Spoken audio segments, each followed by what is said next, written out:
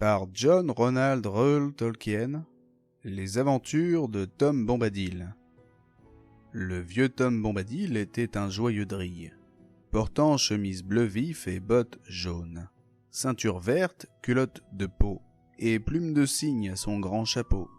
Il vivait au pied de la colline, là où, entre sa source herbeuse et le fond du vallon, court l'Ozerette. L'été, vieux Tom allait par les prairies, cueillant des boutons d'or, courant après des ombres, chatouillant les bourdons qui butinent parmi les fleurs, paraissant au bord de l'eau des heures et des heures.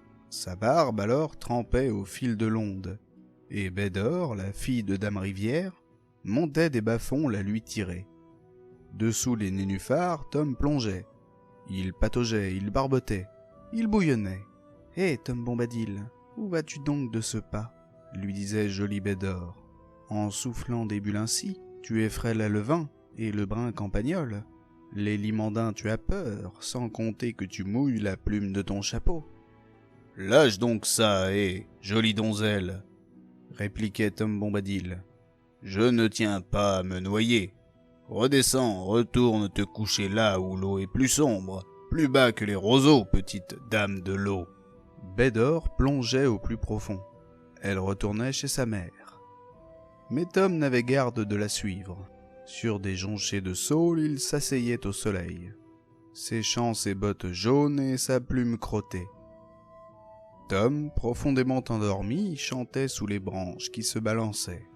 Alors Monsieur Saule, réveillé par sa chanson, dans un craquement l'attrapait. Cric! Il prenait au piège Tom Bombadil. Il le serrait, le pressait et enfermait ensemble manteau, plume et chapeau. « Ah, Tom Bombadil, où donc as-tu la tête ?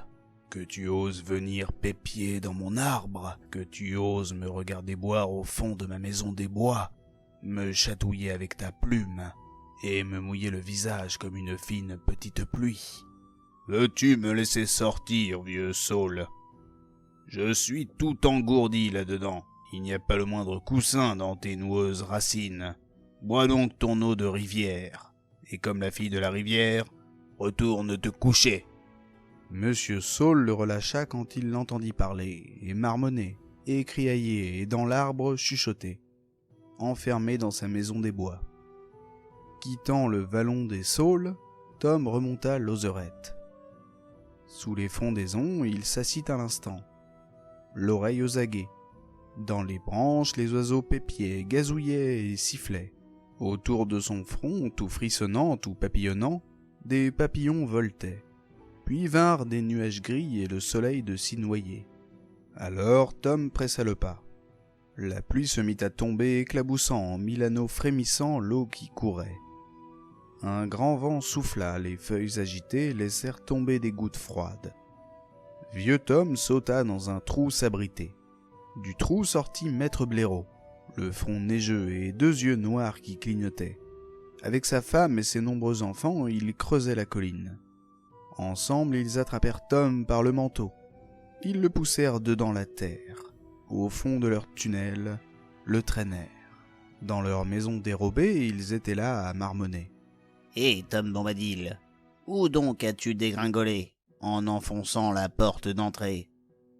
Le petit peuple des blaireaux t'a attrapé. Tu ne découvriras jamais comment ici nous t'avons porté. »« Maintenant, maître Blaireau, m'entends-tu parler ? Montre-moi la sortie sur le champ. Je dois m'en aller. Montre-moi le chemin à la porte de derrière, celle qui se cache sous les églantiers. Et puis nettoyez vos pattes sales et mouchez vos nez crottés. Retournez vous coucher sur vos coussins de paille, comme Bédor et ce vieux Saule. » Alors les blaireaux dirent « Excusez-nous. » Ils montrèrent à Tom comment ressortir de leur jardin d'épines. Puis ils revinrent se cacher, tremblants et frissonnants. À double tour, toutes leurs portes ils refermèrent, et tous ensemble la terre ratissèrent. La pluie avait cessé et le ciel était clair. Dans l'éclat du soleil, vieux Tom riait, tandis qu'au bercail, il rentrait. Arrivé chez lui, il ouvrit la porte, et dans sa cuisine un volet. Autour de la lampe, les papillons se mirent à volter. À sa fenêtre, Tom vit les étoiles poindre et clignoter. et vers l'est, le mince quartier de Nouvelle Lune se noyait. L'obscurité enveloppa la colline. Tom alluma une bougie. Il monta les escaliers grinçant, il tourna le bouton de la porte. « Oh là, Tom Bombadil, regarde ce que t'apporte la nuit. Je suis ici derrière la porte. Enfin, je t'attrape. Tu avais oublié être des Galgal, l'hôte de ce tumulus en haut de la colline, et son anneau de pierre. Le revoilà en vadrouille, il va te descendre sous terre.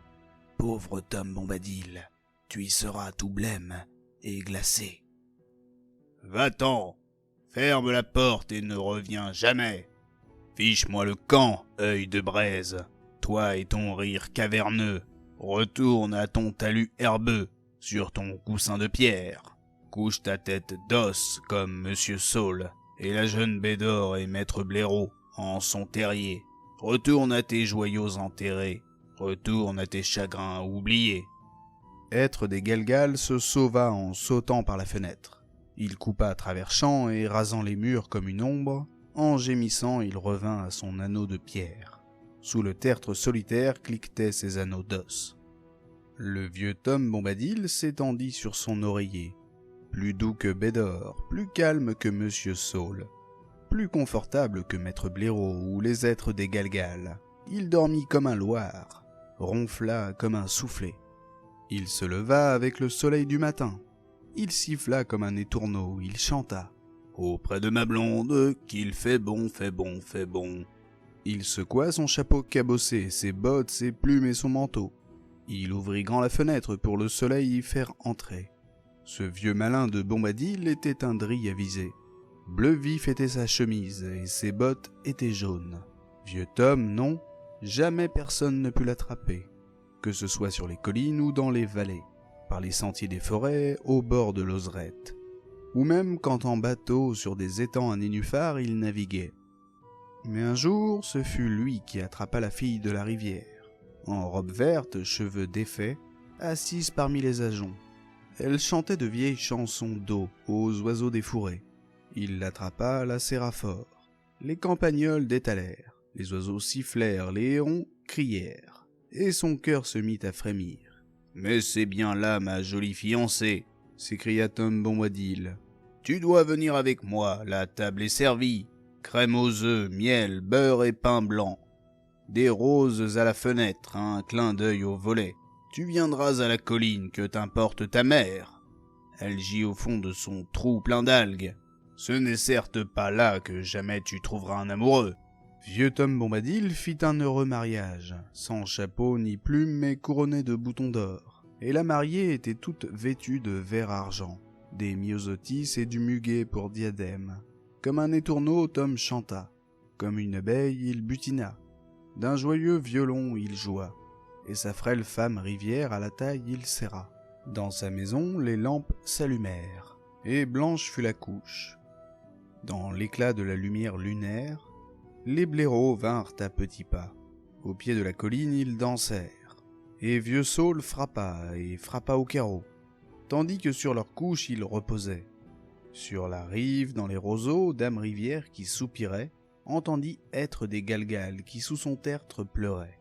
Mais Tom Bombadil se moquait bien des voix, des coups, des éclats, des pas dansants, des bruissements de la nuit. Jusqu'à l'aube, il dormit, puis comme un étourneau, il chanta. « Auprès de ma blonde, qu'il fait bon, fait bon, fait bon. » Assis sur le pas de la porte du bois de Saul, il coupa, tandis que Bédor coiffait ses blondes tresses.